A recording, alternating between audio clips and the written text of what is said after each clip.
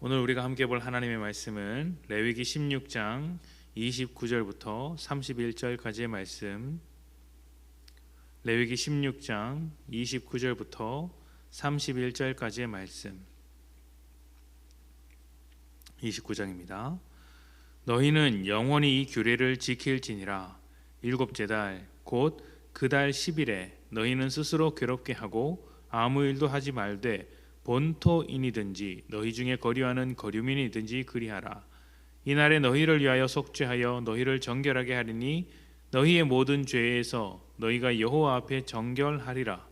이는 너희에게 안식일 중에 안식일인즉 너희는 스스로 괴롭게 할지니 영원히 지킬 규례라. 아멘. 16장은 계속해서 이스라엘의 속죄일, 대속죄일에 대해서 이야기를 하고 있습니다. 이스라엘의 대속죄일은 유대인 달력으로 7월 10일이고 우리나라로 치면 10월쯤, 9월이나 10월쯤 됩니다. 이스라엘 민족의 죄와 부정을 모두 씻어내는 속죄일은 이스라엘을 하나님의 품 안에서 지속적으로 살게 하는 하나님의 은혜이고 또 그들과의 언약을 지켜주시는 것입니다. 하나님의 놀라운 사랑이 바탕이 된다고 할 수 있죠. 속죄일은 결국 우리를 위하여 십자가에 달리신 예수님을 향하여 나아가게 되는데 이 모든 사역, 이 모든 역사는 예수님의 모형이자 상징이라고 할 수 있습니다. 속죄일의 모든 은혜는 예수님의 십자가 위에서 완성이 됩니다. 이제 우리는 매년 속죄일을 지킬 필요가 없습니다. 단 한 번 영원한 제사로 우리의 죄를 깨끗하게 하신 예수님의 은혜로 인해서 우리는 모두 용서받았고 용서받은 자로서 죄로부터 완전히 분리된 자로서 그동안 지니고 있었던 죄의 습관, 여전히 우리 안에서 영향력을 미치고 있는 죄의 통치, 우리가 놓지 못하는 죄에 대한 집착을 내려놓는 것만이 남았죠. 어제 말씀드린 대로 이것은 우리의 믿음을 완성해가는 성화의 과정이라고 말할 수 있습니다. 그리고 이 성화의 과정은 우리를 향한 하나님의 배려와 긍휼과 사랑 위에 은혜 위에서 완성이 되어 갑니다. 우리의 반복적인 실패와 죄마저도 품어주시는 하나님의 그 놀라운 사랑이 없다면 우리는 저 멀리 지옥을 향해서 떨어지는 낭떠러지 끝에 서 있는 인생이 될 것입니다. 성화의 과정을 걷는 우리는 끊임없이 죄와 싸워야 합니다. 죄의 습관을 지우고 죄의 통치를 받지 않기 위해서 애를 씁니다. 그런데 이렇게 애를 쓰는 것을 단순히 어떤 행동을 하는 것으로 오해하면 곤란합니다. 그러니까 성경을 읽고 기도하고 예배드리고 설교를 많이 듣는 것을 가지고 죄로부터 승리하는 것으로 착각해서는 안 된다는 것입니다.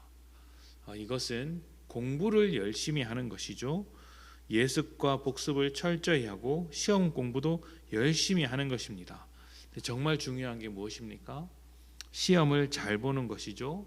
또 시험 성적을 가지고 사회에 나와서 훌륭한 인생을 살아가는 것입니다. 성화의 과정도 그렇습니다.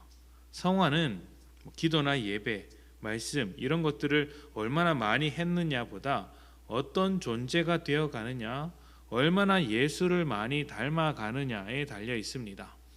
성경을 읽고 기도하고 예배드리고 설교를 많이 듣는 것도 굉장히 중요합니다.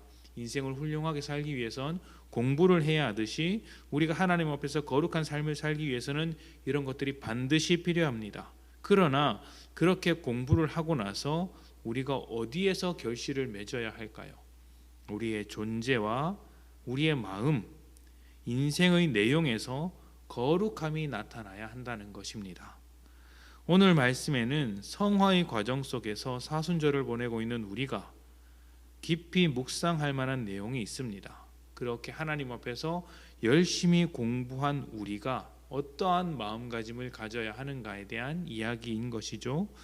속죄일이 되었을 때 백성들이 가져야 하는 마음가짐에 대한 이 말씀을 엿봄으로 우리가 가져야 할 삶의 모습을 생각해 볼 수 있겠습니다. 31절인데요. 31절만 다시 한번 보도록 하겠습니다.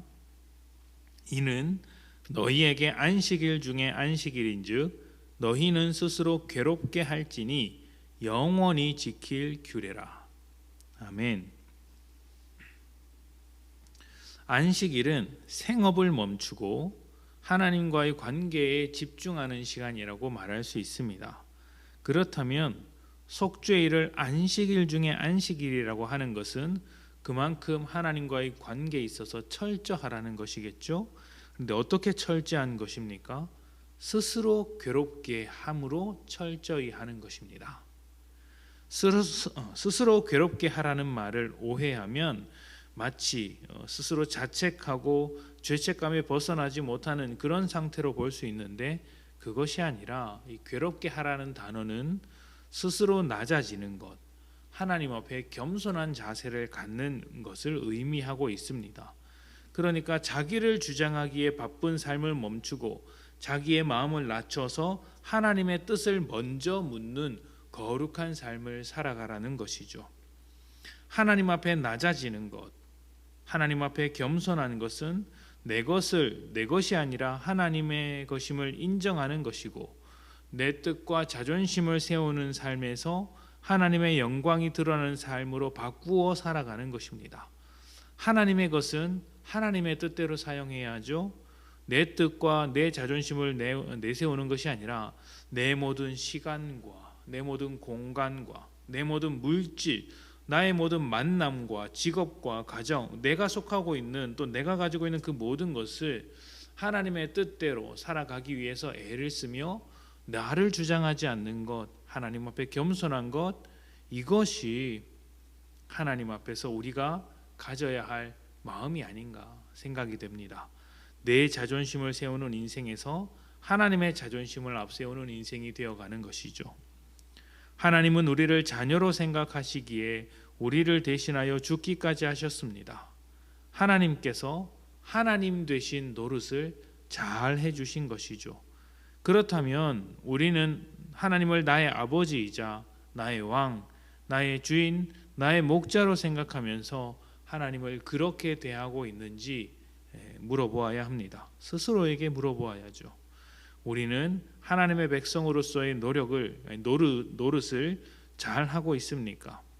백성된 노릇, 자녀된 노릇을 잘 하고 있는지 이 사순절 기간에 스스로 한번 물어보아야 할 것입니다. 마음을 낮춰서 겸손한 마음으로 거룩한 자가 되어 하나님 백성다운 하나님의 자녀다운 노릇을 하며 살아가는 복된 여러분들이 되시기를 축복합니다. 함께 기도합시다.